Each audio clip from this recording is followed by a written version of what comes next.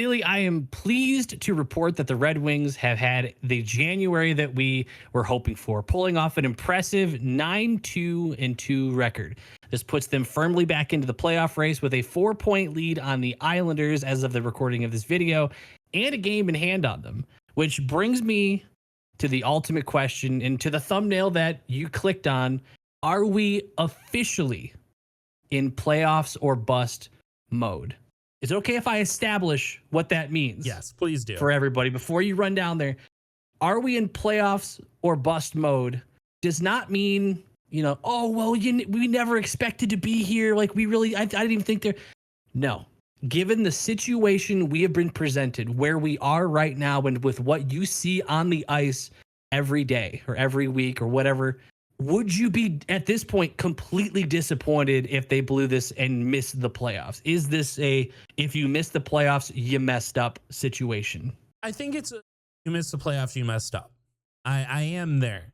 My disappointment level would be there too. I would say that I'm disappointed. Would I be surprised? No, not necessarily. Like, the season from this point on could literally go either way for us. We've seen the highs, we've seen the lows, we've seen how streaky it can be. We've seen the strengths of this team with the depth. We've seen the weakness in the defense and the goaltending. It could really go either way, but yeah, I mean, if you're making me pick a side, it's playoffs or bust. I'm absolutely all aboard the hype train and thinking that you have the pieces to do it. We've seen it, and it just comes down to execution. There's no hoping that, we get more scoring from our depth line so that we can become better. No, we've seen that we can keep up with the big boys. Like, I'm just feeling, yes, playoffs or bust. Do you also feel better about our goalie situation now that we've just kind of, you look and you say our goalie is lying right now? Does that make you feel more comfortable that you've kind of got a guy compared to months ago when we didn't really have a guy? It was more like, hey, these three are equally, I guess, adequate, and they weren't going to steal you a game. And for me, it feels almost like we kind of got someone who could steal us a game. He's improved, and I don't know if we've talked about this in previous videos, where it almost feels like the increase in starts has done wonders for a Lion. He's looked, I would go so far as to say he's looked incredible given how our perspective on our goalie situation was earlier in the season. I mean, yeah, I feel a lot better having some true level number one in the net. We, like you said, we went in thinking it could change every 3 games. You could cycle all 3 goalies, and if we're winning, who cares? If a goalie's cold, take them out. If they're hot, play them. But it is important to note that this was Alex Lyon of last year. He had a very hot streak with the Panthers to get them into the playoffs, and he lost the job back to Bob. He got cold again. Like, he's a very streaky goaltender at this point. To have him remain consistent would be amazing. If you get one more month out of him with the way that he has played over the last month, like, that would be just about the best free agent signing we could have made for the net, right? With how well he's been playing. Yeah, and I mean, looking at the rest of the team during that month of January, there was a big chunk of it where we didn't have Patrick Kane. And I think a lot of people would have been worried, thinking that if he was going to be a big part of the offense and he was a big jolt to this team when we added him, which still factually the team kind of took a big dip right when we acquired him, even though he wasn't even playing yet. For whatever reason, the moment he agreed to play here, we just took a weird dip. He's played 6 of the 13 games. January, yeah. And still looked good. The team still looked good. It looked like it wasn't over dependent on a Patrick Kane. It seems more like he's a feature when he's there, and it doesn't look like we're just missing something when he can't be there. Yeah, and that speaks back to what we talked in the offseason when we signed these players that we did, and why I said that we're going to be better than in Ottawa, is that we have scoring through this entire lineup. It feels like every line is an actual threat. And it's really coming through for us. Like, in these 9 games, we have 3.31 goals for, 2.54 goals against. So both sides are playing well, leading to a 9-2-2 record through that time. I don't think you could really draw it up too much better than that. Of course, you could go, 13-0 at that point. That's not realistic. So just playing by the numbers and looking at some of those games, like, we took advantage of the weak Pacific. And that's what I've always said through this entire season, is when we go on those road trips to the West, you can't lose to those weak teams. We see Toronto go over there, they win. Tampa goes over there, they win. The Panthers go over there, they win. All these teams you're trying to keep up to or pass, it's somewhere in your playoff race. They're taking advantage of these games, and we did. And then the extra layer is that we're also beating them. The Leafs, Yep. Panthers, Lightning, and Flyers all lost to us. That's tremendous. Like, these are, when you beat them, you're taking 2 points off their schedule and adding them onto yours. That's why division games become so important. The fact that you were able to take care of weak teams and beat the good teams this month was just fantastic. Yeah, they had the kind of month that digs you out of the rut that it felt like we were falling into. Like that's the kind of showing you have to have when you're falling behind and you start to get those questions of, well, it was fun while it lasted. This was a month that shows that they could be the real deal when it comes to actually having those playoff conversations. It's not really looking like a dream anymore. And to kind of conclude my thoughts on the playoffs or bust, I'm right there. I think if you miss the playoffs at this point, you're missing an opportunity to play this well and put yourself in this spot this late in the season. We'll see what Steve decides to do at the trade deadline. And that's something we're going to talk about in the future. But maybe that'll give us an idea of what he sees. I think overall it's going to be the usual when it comes to Steve, where he's not going to be the big exciting guy at the trade deadline. But I see an opportunity here, and just letting that slide and just being like, well, with this roster, who would have even thought we'd even be? I'm just happy that we played I'm past the let's just play meaningful games late in the year. Let's play meaningful games when the regular season's over. That's my new goal. I'm past that. I have raised the bar, and I think they've earned that. I think the team has shown that I can have that expectation and not have that crazy. It's not really that crazy to think that they could be not just a playoff team, but not be a playoff team that's just going to get rolled. Like, I mean, you listed off some teams that we could face in the playoffs, and we're beating them, and we're competing with the ones we're losing. We're not going out there getting blown out. So my faith in the end of this season and how this could look as we approach playoff time, my outlook has gone up. It's gone up in positivity. I'm already the positive guy. So the fact that mine has gone up, the fact that it's gone up even more, it shows that this January was a feel good month. Yeah. And we did continue it strong again recently by beating Vancouver in a scary game. It was scary. That was wild ups and downs through the entire thing. But also during that break that we had here on the channel as well was the All-Star weekend. Josh, let me just ask you straight out. Are you a fan of their entire layout, the way it all operates? Okay. When it comes to All-Star games, the concept, I think the concept of the All-Star game is dead. I think the original concept of put the best on the ice or the best on the field in any sport, best on the court, and have them play is no longer what it used to be. It's no longer, the best basketball players going out there and just putting on a show. It's no longer a baseball game of just like, wow, constant duels between top tier pitchers and home run hitters. And hockey's no exception. You've seen it absolutely in the Pro Bowl and the NFL. And that was super understandable because every play someone gets hurt in a football game. And it gets to hockey where you're kind of in that same spot where you don't want to get hurt, but B, there's not really anything to play for. And that passion and excitement for just being one of the best on the ice, for anyone, maybe there's someone watching who's too young to ever know what the All-Star games used to look like. YouTube exists. Look up a game from the 90s and see some of the greats going head to head, bumping shoulders, actually trying to win that game. Because it, for whatever reason, kind of felt like it meant something. It didn't mean anything more than it does now, but for some reason it felt like there was a little more pride in that game. So now that the classic version of the All-Star game is dead, that brings us to the modern era of the All-Star concept. And that is just doing some fun skill stuff, making it a little bit more relaxed and kind of leaning into the lack of intensity, which is fine. I think it's a better approach. It's just, I'm not entertained by it. I don't watch it. I've seen the clips of was it Kuznetsov getting booed and everything. It was Kucherov. Yeah. Just not even trying, which I'm not going to lie. Don't go. Yep. If that's what you're going to do, don't go. That's a little, I would side with the fans on that. Was like, listen, people still did pay to go. There still is someone there wearing your jersey because you got picked. You know what I mean? Yep. So that was a little scummy, in my opinion, for him to just kind of mail it in and be that obvious about it. as well. But overall, I like it. It's just like I like that it exists. I think this is kind of it fits where we're at with all-star stuff.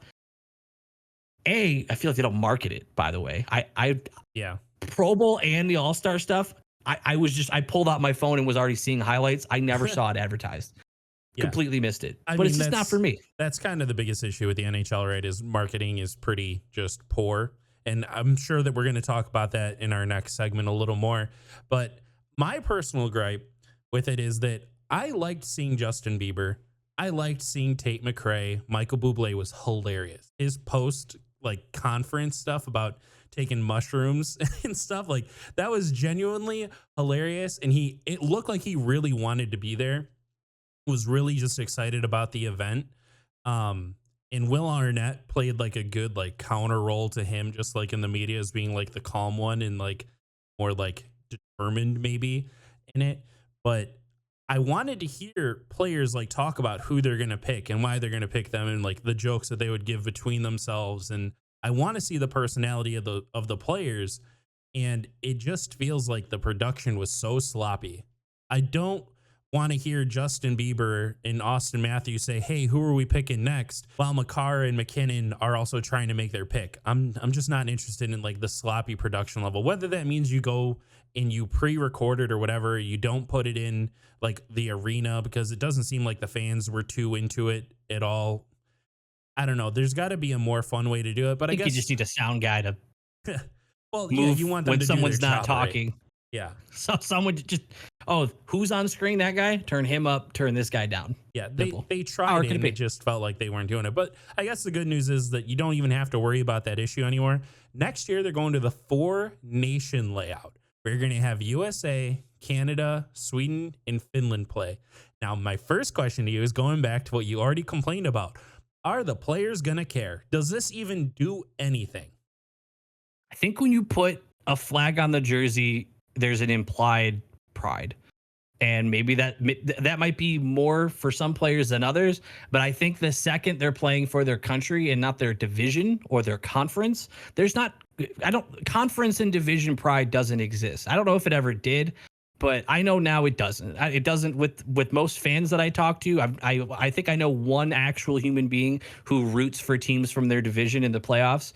And it's definitely not with the players, but as soon as you put a Canadian flag on a jersey, or you've got someone who's Swedish with the Sweden jersey on, they are playing for their country. I think you're going to get a more entertaining product because they're going to care a little bit more. Yeah, I think it was also very strategic by them to pick countries that did not like each other. I know that there are a couple, like I know they omitted Russia because of the entire Olympic shenanigans they went through, and they're still like on their embargo or whatever you want to call it. Yeah. And like Germany didn't get in there, Czech didn't get in there. But, USA, Canada, that's a rivalry. Sweden, Finland, that's a rivalry. So Yeah. I don't know how they plan on like laying those out if you want to just get the two rivalry games so you actually have them for sure. Because like, could you imagine if like Canada and Sweden win like in those matchups in the other way? And you're like, well, all of the passion between the two countries never existed. Wanted. But also 2026 NHL players able to play in the Olympics. How long has it been? Like I feel like it hasn't really been like that since maybe like in high school or something. Maybe we're just out of high. Was there NHL participation after Crosby's golden goal? I think so. I think there was probably one more year because Patrick Kane definitely participated, right? And Patrick Kane entered the league. That's the last one I have a distinct memory of. That's the last one I like. But either way, I'm happy. I'm happy about it. It would be nice to be able to watch those and actually see the best from those countries and get to see some player. People don't really think about this, but you get to watch some of those and you get to see players that maybe are stuck on pretty crappy NHL teams get to be in a playoff atmosphere and get that playoff passion. You just get to see someone you don't normally get to see in that scenario because maybe they play for a country that's a little more competitive. Yep. So I'm happy about it. I think it's pretty tough to have any other take than that, unless of course you're a coach or a GM of an NHL team and you've got a lot riding on that potential injury. But so with that, I just want to make a note that DeBrincat got robbed. That was not Matthews. I understand the hometown pick the hometown guy or whatever. Everyone recognizes DeBrincat was it. So to bring it back to the Red Wings a little bit through that, way to go, DeBrincat. Did us proud. Very proud of you. DeBrincat looked pretty good during that. Yeah, stealing the puck from McDavid to close out the tournament. Back on to what we were talking about with fighting some relevancy or excitement or maybe a little personality in the sport. There was a wild weekend in the NHL. Saturday had two crazy events. One, we're going to start light. We're going to start fun. We're going to start with the Red Wings. Jake Wallman hits a penalty shot in overtime in Gritties. And it is now beyond, just him doing it. He has a bobblehead of him doing it, right? So yeah, to me, this is very exciting. I like that we're doing this. We're like one of the only sports that doesn't have like that level of excitement. The other one would be baseball, and everyone complains baseball is boring. But players in football, they dance. Basketball, they dance. Yep. Hockey, we have our celebrations and we love them, but for whatever reason, there's like a cap to it. The fans, it's like, hey, you don't go too fun. Have your fun. If you have too much fun, we're going to cross-check you in the face. The Carolina Hurricanes crawled so the rest of us could run. And that's the Storm Surge, the bunch of jerks. Yes, like, come on, they definitely opened the door for a lot of people to just kind of have fun. Yes, and had to get what's his name, Don Cherry. Yes, it's kind of funny that I'm forgetting his name, but yeah, he's that opinion did not age well. No, it did not. So it does feel like there are a lot of closed-minded people. I know that there are even some in our community that have shared that they don't like stuff like that. And I think I'm of the complete opposite one. I'm all for it. I'm for the have fun, dance, you celebrate, you scored a goal. I think PK Subban put it best. He's like, I just scored a goal in the National Hockey League. Why can't I be happy?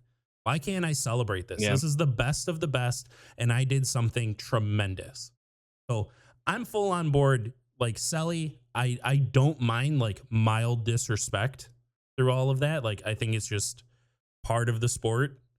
And to me, it's fun. I think that's where the line is, though. I think the line, I don't want to just say I'm fine with mild disrespect because that is so subjective that's going to let in a bunch of stuff I probably don't like.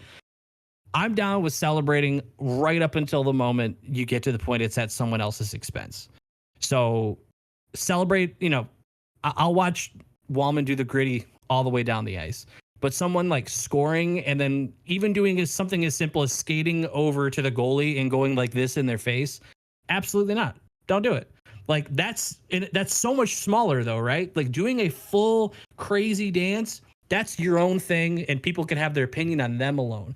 You're baiting them into a reaction at that point because a lot of people, especially at these levels, are not going to take the disrespect. And it's going to turn into something it didn't need to be. And then what are they going to do? They're going to point, well, the celebration was the issue. So if you want fun celebrations, do it over there. Do your own thing. Do what Jake Wallman's doing. Dance up the boards. Play with the fans. Do something like that. Leave the other team out of it, and then they can never complain and say like, well, look what he's doing. Look he's getting me to do this. That's how you protect this advancement of the extreme celebration is don't bait a reaction to where the celebration is now what gets criticized because it started a whole thing. I'm with Joe Burrow. Let him taunt. Let him go by and wave. Like just know that like you can come back and get him right back with something else. Windmill him, wave your glove in his face. Like if that's what you guys want to do, that should be able to happen without like some tremendous, punishment coming back your way. I think that's where there's a line. I think would you be totally fine with our players scoring a goal and waving, getting in the goalie's face and just waving? I would be entertained. Okay, I think we're on different sides on that one. I think there's celebrating and then there's kind of I think you look kind of like a fool in that part. I think you look kind of like an ass. You're kind of like there's like a taunting, there's like a celebrate and be like there's shushing. That feels more like a general, but to single someone out, especially like a goalie like that would be my line of like, I feel like you're at this point, you're baiting a reaction. And then that's at that point, it feels like it's at someone else's expense. But yeah, I'm in it for the mental warfare part of the game. And we did see something that was pretty egregious to NHL fan and player standards where Ridley Greig had an empty net, Josh. And he He took a did. clapper. He took a clapper from below the hash marks above the crease. And he put some energy in that thing. That's a rivalry between those two teams. And he wanted him to feel it. He didn't celebrate at all. And instead cross-checked to the side of his head from Morgan Riley. And it was not too long ago that, again, this team was involved with another cross-check to the head from a Detroit Red Wing player, David Perron. And you and I were both, I believe, fairly critical of what he had done. So let me just ask you the question, which one was worse? Which cross check was worse? Which cross-check was worse? I'll open this by saying I did not look at this one as closely as we looked at the Piran one, just because we watched it so many times because we were, it was more relevant to our team and stuff like that. But from what I had seen, I would imagine with all the context, is that what you're asking me? With the context as well? Everything involved. I think this one's worse. I think this one's worse. I feel like Piran's is awful. It was very dirty. But given the situation that he thought he was coming to the defense of his captain, who he saw motionless on the ice, seeing red in that scenario, whereas the other person in this other scenario, it was definitely just I'm super mad at what you're doing and I'm going to go try to hurt you. Yep. He had all the information. There was no misperception through any of that. And he had time. He had a lot of time to think about what he was going to do. Yeah, and this is worse. And I've seen a lot of really bad takes across the internet. I've seen that, Grieg took a dive. Riley was trying to hit him in the shoulder pad and him flailing is what brought the stick up. No, guys, the same way we talked about Perron, our own Detroit Red Wing, to, express our unbiased opinion through this and just as hockey fans, what Riley did is awful. And I believe it is worse than what Perron did. Perron got 6 games. I will be irate with player safety if it is not 6 or worse. If somehow, some way, he gets less than 6 games, I think I'm completely on the train of like George Peros is an absolute joke. This entire process means absolutely nothing. It 100% depends on who you are, what team you play for is going to determine how bad your punishment is. And that's all I can really say about it is like, it's completely inexcusable, worse than what we saw in the past. And there has to be a harsh penalty for that. What'd you think of the slap shot into the empty net? I mean, I'm going right back. I'm going to stick to my guns. Like, go for it. He's allowed to do it. Is it disrespectful? Yeah. Is it someone's cost, like you said, with waving in someone's face? No. Like, it's an unwritten rule of don't do it. Well, if it's that much of a rule, write it. If it's really not meant to be broken, then write it. Why isn't that in the rule books? Like, it's like you hurt my feelings and I don't like that you did that.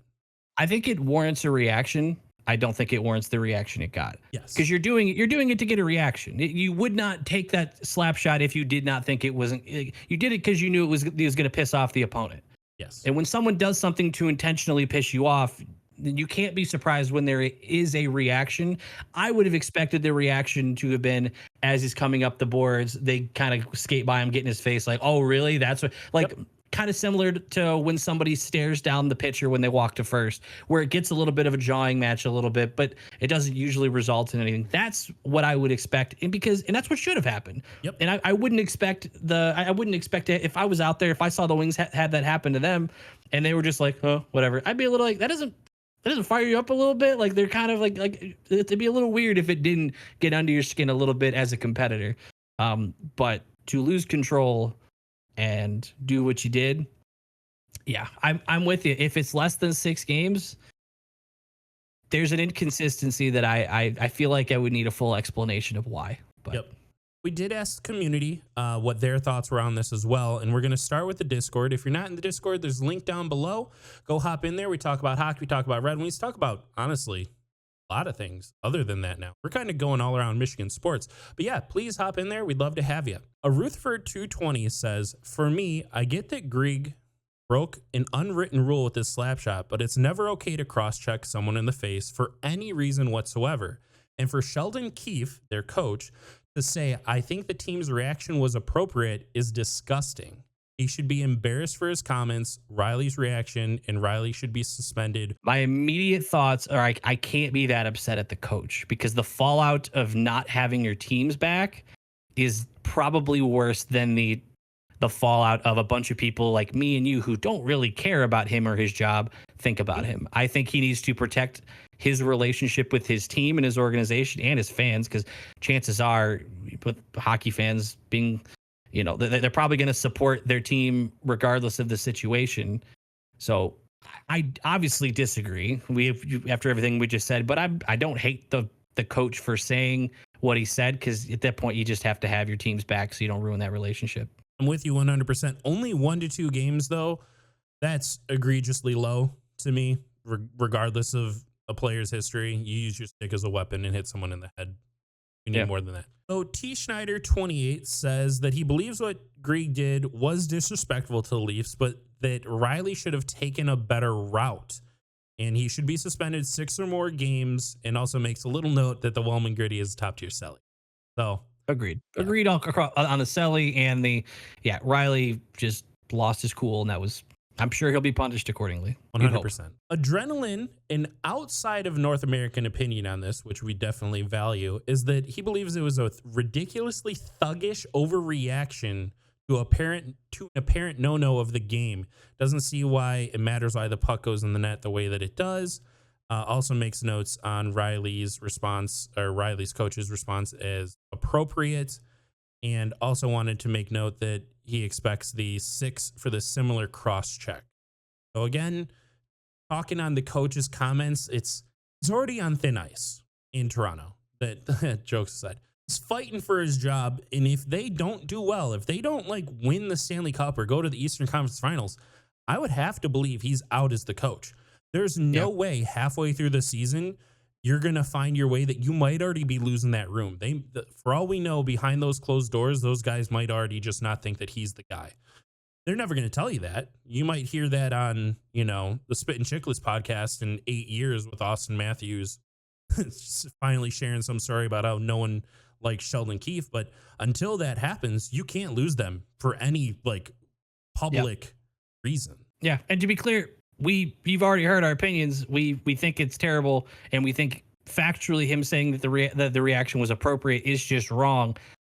I could still understand why he would say it, even if he doesn't believe it, because what choice does he really have as the coach of that team to walk out there and say, yeah, that was dumb, why would he do that? Anyway, got to go talk to the boys. That's not going to work. So M Prius 2 kind of broke it down into 3 different elements about the hit. The timing, noting what we said with that Riley had more time to understand what was happening, and Perron did not. Perron just conscious. Larkin on the ice. The action, he says, equate to just about the same. But the outcome is where the difference is. With Zub did sustain an injury, whereas Grieg, I believe, was skating at the next morning practice. Overall, says it's the same, that they would expect 7 to 8 games for the hit. I mean, I would like to expect that. My expectation really is just that. I know that you want to set the precedent in this comment. They mentioned that, but it tells me it's just not going to be too different from what Perron got. Disciple of Larkin 71 says equal to Perron. Alex says that it's worse. Austin Westbrook also says worse. I think the main thing that's clear is, I mean, this is also a bit of an echo chamber. We've asked this question, and pretty much everybody here is a Wings fan that would be answering this as far as our reach goes. But at least nobody that we have seen within our community seems to think that Perron's was worth. And it seems like the clear outlier is he had all the information. He knew what he was he knew what he was doing. He knew why he was doing it, and there just wasn't any call for it. Quick addition, because Corzie just commented this while we were recording, so shout out to you. Calls out the Leafs for being a bunch of babies, saying that this is allowed to happen, and he should get 6 in hitting someone after a goal is the ultimate scumbag move, and links back to the Dale Hunter hit, which I did think about this, but I didn't think to look it up to see how similar it was. And yeah, I always remember as a kid, watching back on that and being like, wow, why would he do that? Why would he ever do that? Now, here we are 30 years later, and we get to see something similar. More egregious in the past because it was just a goal that a guy got mad about. This one, a little more disrespectful for sure, but shout out Corsi, linking back to 31 years ago. Yeah, I don't think we used the punishment scale for something from that long that long ago. Because if we go down that road, I think we're in trouble. Yeah. But yeah, sounds like we're all on the same page. Really, I don't know if you know this, and those of you at home might not know this, and this is not a joke. Apparently now a new feature on YouTube, if in the video you say subscribe, the video picks that up and it puts the little glowy thing around the subscribe button. Hey, Again, this is yo. not a joke. I'll try it again. I don't know if it has a maximum number of times during the video, or you can maybe go back or something. But if in the video you say subscribe, there's a little like, yeah, subscribe. See if it's, I don't know if it's like strobe lighting down there, but yeah, you should subscribe. Sorry we haven't uploaded a little bit, but we're changing schedules around to make this a little bit more consistent. And last but not least, it's pronounced deportability.